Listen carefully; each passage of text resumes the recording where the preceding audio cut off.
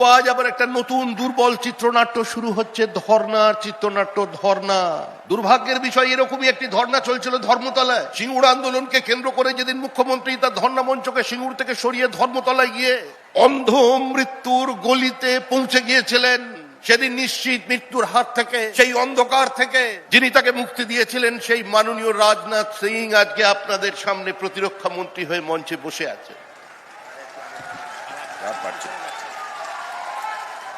দুর্ভাগ্যের বিষয় এটাই, যে রাজনৈতিক দল একদিন মানুষের সামনে দাঁড়িয়ে বলেছিল আমি বিজেপিকে কোনো সাম্প্রদায়িক দল বলে মনে করি না, যিনি কংগ্রেস ভেঙেছিলেন অটল বিহারী বাজপেয়ী, লালকৃষ্ণ আদবানির সমর্থন নিয়ে, যিনি এই হাওড়া জেলার মাটিতে অটলজির ছবি নিয়ে, আদবানিজির ছবি নিয়ে এনডিএর প্রার্থী হয়ে নির্বাচনে যাদের প্রতিদ্বন্দ্বিতা করিয়েছিলেন, আজ তাদের হাতেই বিজেপি কর্মীরা খুন হচ্ছে, আমাদের বাড়ি জ্বলছে।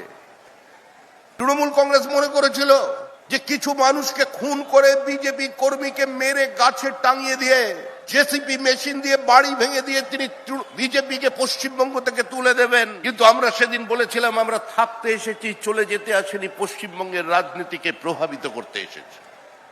মুখ্যমন্ত্রী আজ বাংলাদেশি অনুপ্রবেশকারীদের আটকানোর জন্য কলকাতার রাস্তায় ধর্নায় বসে যাবেন। আপনার কি মাথায় চুল নেই, টাকের সমস্যা? তাহলে আপনার চিন্তার দিন শেষ।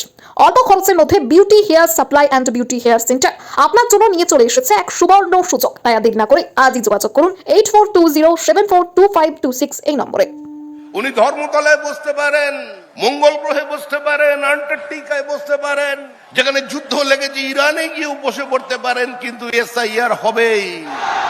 No SIR no vote, no SIR no vote. পশ্চিমবঙ্গে এসআইআর কে সম্পূর্ণ করতে হবে, মাঝ রাস্তায় বন্ধ করে দেওয়া চলবে না।